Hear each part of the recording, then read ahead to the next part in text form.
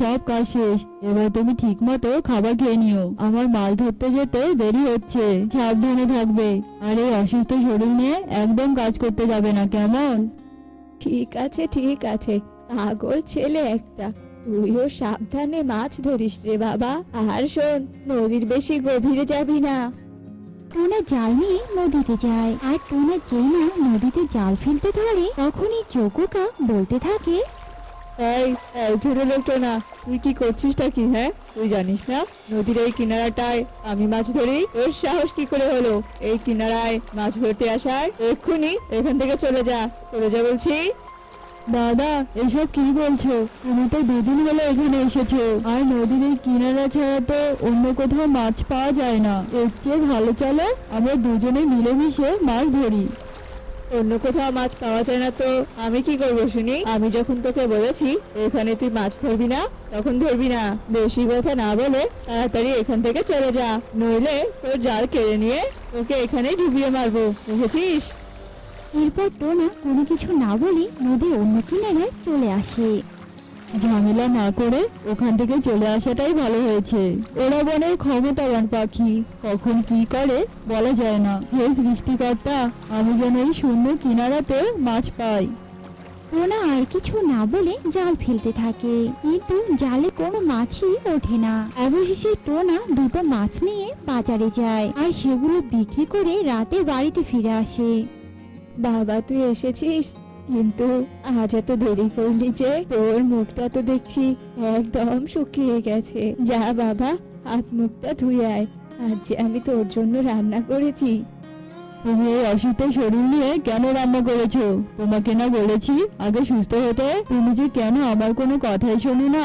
তোমার কিছু হয়ে গেলে আমি কাকে নিয়ে থাকবো শুনি? আমার কিচ্ছুটি হবে না রে, এখন যা তো, হাত মুখ ধুয়ে আয়। টোনা হাত মুখ ধুয়ে এসে খাবার খায়। পরের দিন টোনা আবারও যোগু কাকের ওখানে মাছ ধরতে যায়। এই তো না, এই তোকে না বলেছি এখানে তুই মাছ ধরতে আসবি না, তাহলে তুই আজকেও কেন এসেছিস? হ্যাঁ দাদা, ওখানে মাছ পাওয়া যায় না, আর মাছ না পাওয়া গেলে আমরা কিভাবে ওখানে থাকবো শুনি? দাদা, এমন অন্যায় করো না, বাড়িতে আমার অসুস্থ মা আছে। আমি তোর কোনো কথাই শুনতে চাই না। তুই আজকেও ভুল করেছিস, তার মানে তুই আজকেও শাস্তি পাবি। আর তোর শাস্তি হলো তুই নদীর গভীরে গিয়ে মাছ ধরবি। নদীর গভীরে তো অনেক ঢেউ দাদা, আমার যদি কোনো ক্ষতি হয়? সেটা হচ্ছে তোর ব্যাপার।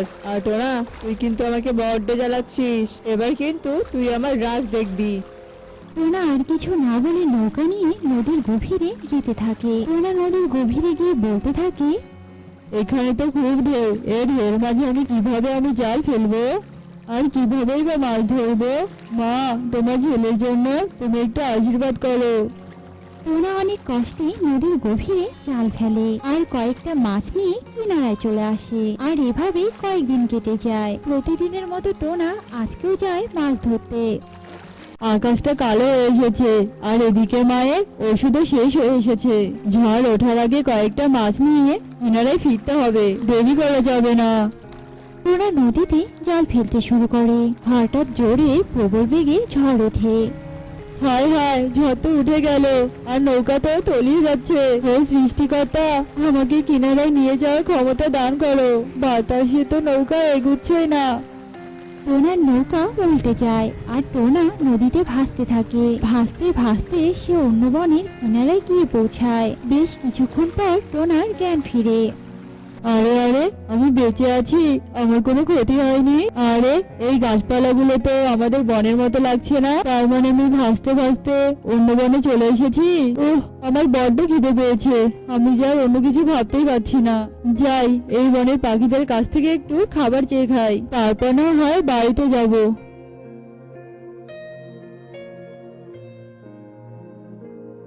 পুরো তো অর্ধেক বন খুঁজলাম, কোনো পাখিরই দেখা পেলাম না। আবার তো এই বন থেকে যাওয়ার কোনো রাস্তাও খুঁজে পেলাম না। এবার আমি কি করব? আরে আরে, সামনে ওটা কি দেখা যাচ্ছে? আরে আরে, এ আমি কি দেখছি? জোড়া আম ঘর, কি অদ্ভুত লাগছে। পুরো বন ঘুরে এই জোড়া একটা আম ঘর খুঁজে পেলাম। যাই, ভিতরে ঢুকে দেখি কোনো সাহায্য পাই নাকি। তাছাড়া তো বনে কোনো ঘরও নেই। ভিতরে কেউ আছো? আমাকে কেউ সাহায্য করো, আমার বড্ড ক্ষুধা লেগেছে। আরে এত বড় জোড়া আম ঘরে কেউ নেই? অনেক কষ্টে এই ঘরটা খুঁজে পেলাম, তাও আবার ভিতরে কেউ নেই। যেও না পাখি, যেও না এখান থেকে। আমাকে আমাকে দয়া করে মুক্ত করো, সাহায্য করো, আমাকে সাহায্য করো। আমি যে এখানে বন্দি হয়ে আছি। কে কে সাহায্য চাচ্ছ আমার কাছে শুনি? আমি তো তোমাকে দেখতে পাচ্ছি না। এই যে আমি খাঁচার বন্দি ইঁদুর তোমার সামনে। তুমি তো একটা ইঁদুর, তোমাকে মুক্ত করে আমি কি করব? আমি ইঁদুর নই গো, আমি এই জোড়া আম ঘরের মালিক। একটা দুষ্ট ডাইনি আমাকে ইঁদুর বানিয়ে এই খাঁচায় বন্দি করে রেখেছে, আর আমার এই জোড়া আম ঘর দখল করে নিয়েছে। কিন্তু ওই ডাইনি তোমাকে বন্দি করলো কেন? আর এই জোড়া আম ঘরই বা তোমার কাছ থেকে ছিনিয়ে নিল কেন? এই ঘরের ভিতর যে অনেক সোনা দানা আছে, যার লোভে পড়ে ওই ডাইনি আমাকে বন্দি করে রেখেছে। সুদর্শন পাখি, দয়া করে তুমি আমাকে সাহায্য করো। আমাকে বলো, আমি তোমাকে কিভাবে সাহায্য করব? আমি তোমাকে সবটা খুলে বলবো, কিন্তু তার আগে তুমি লুকিয়ে পড়ো। ওই ডাইনির ফেরার যে সময় হয়ে গেছে। ডাইনি যখন ঘুমিয়ে পড়বে তখন না হয় তুমি আমার কাছে এসো, তখন আমি তোমাকে সবটা খুলে বলবো। এখন যাও, জলদি লুকিয়ে পড়ো। টোনা লুকিয়ে পড়ে, সাথে সাথে ডাইনির আগমন ঘটে। এমন জানি চারপাশে পাখি পাখি গন্ধ পাচ্ছি। এই ইঁদুর, বল এই জোড়া আম ঘরে করার পাখি এসেছে কিনা, সত্যি বলবি, নাহলে কিন্তু তোকে কঠোর শাস্তি দেব। আরে আরে ডাইনি, তুমি এত রাগ করছো কেন? এখানে তো কেউ আসেনি। আমার মনে হয় কি জানো, তুমি বাইরে থেকে যে পাখি খেয়ে এসেছো তারই গন্ধ পাচ্ছো। হতে পারে, হতে পারে। তবে শোন, আমার সঙ্গে কিন্তু বেশি চালাকি করার চেষ্টা করবি না। আমি অনেক ক্লান্ত, আমি ঘুমাতে যাচ্ছি। আর প্রতিদিনের মতো যদি তুই আমার ঘুম ভাঙাস না, তাহলে কিন্তু আমি তোকে মেরেই ফেলবো। ডাইনি ঘুমাতে চলে যায় আর টোনা বের হয়ে আসে। বলো জোড়া আম ঘরের মালিক, আমি তোমাকে কিভাবে মুক্ত করব? ওই যে সোনা সিন্দুরটা দেখছো, ওতেই ডাইনির প্রাণ ভোমরা আছে। তুমি যদি ওই প্রাণ ভোমরাটাকে ধ্বংস করতে পারো, তাহলে ডাইনি আর থাকবে না, আর আমিও মুক্ত হয়ে আমার আসল রূপ ফিরে পাবো। টোনা আর দেরি না করে ওই সিন্দুক থেকে ডাইনির প্রাণভোমরা বের করে। প্রাণভোমরাটা একটা কাচের বোতলে ছিল। এই যে ডাইনির প্রাণ ভোমরা, এটা আমি এক্ষুনি ভেঙে ফেলবো। এই, আমার ঘুমানোর সুযোগ নিয়ে তুই এটা এখানে ভাঙতে এসেছিস? আমি টের পেয়ে এখানে এসেছি। এই খবরদার, তুই ওটার কিছুই করবি না। ওটা আমার প্রাণ ভোমরা, আমাকে দিয়ে দে বলছি, আমাকে দিয়ে দে। আমি কথা দিচ্ছি, তোদের আমি কোনো ক্ষতি করবো না। আমি চলে যাবো এই জোড়া আম ঘর থেকে, আর তোমার প্রাণটা বেঁচে যাবে। ছাড় ওটা বলছি, ছাড়। না না সুদর্শন পাখি, তুমি ওর কোনো কথা শোনো না, ভেঙে ফেলো এই ছলনাময়ী প্রাণ ভোমরা। টোনা প্রাণভোমরাটাকে ভেঙে ফেলে আর ডাইনির সাথে সাথে ধ্বংস হয়ে যায়, আর ইঁদুর মুক্ত হয়ে তার আসল রূপে ফিরে আসে। তোমাকে অনেক ধন্যবাদ, কিন্তু তুমি এই বনে কি করে এসেছো? ডাইনি তো এই বনে আসার সব রাস্তাই বন্ধ করে দিয়েছে। এরপর টোনা সব কথা খুলে বলে। ও, তার মানে তুমি ঝড়ের কারণে ভাসতে ভাসতে এসেছো? হ্যাঁ পাখি, তুমি মুক্ত হয়েছ, তাহলে এবার আমি আসি। বাড়িতে আমার অসুস্থ মা আমার জন্য অপেক্ষা করছে। টোনা, তুমি অনেক ভালো পাখি, আমি তোমাকে বিয়ে করতে চাই। বলো টোনা, তুমি কি আমাকে বিয়ে করবে? তুমি কোনো চিন্তা করো না টোনা, তোমার মা সহ আমরা তিনজন এই জোড়া আম ঘরে থাকবো। এই ঘরে যে অনেক সোনা দানা আছে, তোমাকে আর কষ্ট করে কাজ করতে হবে না। হ্যাঁ টুনি, আমি রাজি তোমাকে বিয়ে করতে। আমাদের মা দাঁড়িয়ে থেকে আমাদের বিয়ে দেবে। তুমি এখানেই থাকো, আমি আমার মাকে নিয়ে আসি, কেমন? এরপর টোনা তার মাকে নিয়ে আসে আর টোনা টুনির ধুমধামে বিয়ে হয়। জঙ্গলের পাখি প্রধান হয়ে আমি এই সিদ্ধান্তটা নিতে বাধ্য হয়েছি, কেননা তুমি একজন বন্ধা, আর তোমার মুখ দেখলে সবারই অমঙ্গল হয়। তাই আজ থেকে তুমি কারো সামনে পড়বে না, কারো সঙ্গে কথা বলবে না, তোমার বাড়িতেও কেউ যাবে না। আর এই নিয়মের বিরুদ্ধে যে যাবে তাকে কঠোর শাস্তি পেতে হবে। পাখি প্রধান মিঠু তোতার কথা শুনে সব পাখিরা বেশ খুশি হয়। আর যে যার বাড়িতে চলে যায়।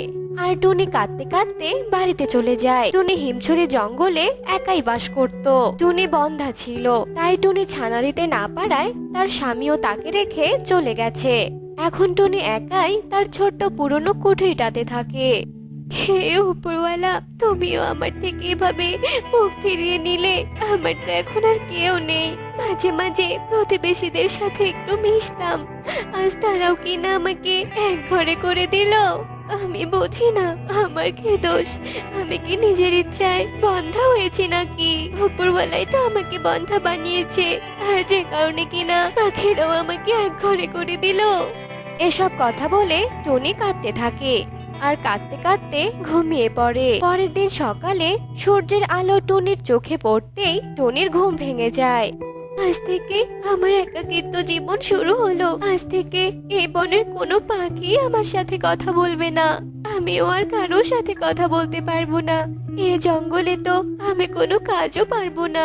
তবে এখন থেকে আমাকে অন্য জঙ্গলে গিয়ে কাজ খুঁজে পেটের খাবার জোগাতে হবে। আর দেরি করলে চলবে না, আমাকে দ্রুত বেরিয়ে পড়তে হবে। এরপর টুনি পাশের জঙ্গলে যাওয়ার জন্য বেরিয়ে পড়ে। আর এভাবেই টুনি অন্য জঙ্গলে গিয়ে কাজ করে। আর কাজ করে যা রোজগার হয় তা দিয়ে পাশের জঙ্গল থেকেই বাজার করে আনতো। এভাবে যেতে থাকে টুনির একাকিত্বের দিন। মা, মা, কি হলো তোমার মা? মা, তুমি কথা বলো। মা, তুমি এভাবে শুয়ে আছো কেন? তোমার কি ঘুম ধরেছে নাকি অন্য কিছু? মা, ও মা, মা গো, উঠো না মা। একে ওই হাঁসের ছানাটা এভাবে কাঁদছে কেন? আর পাশে তো দেখছি মা হাঁসটা পড়ে আছে। যাই দেখি তো গিয়ে কি হয়েছে ওখানে।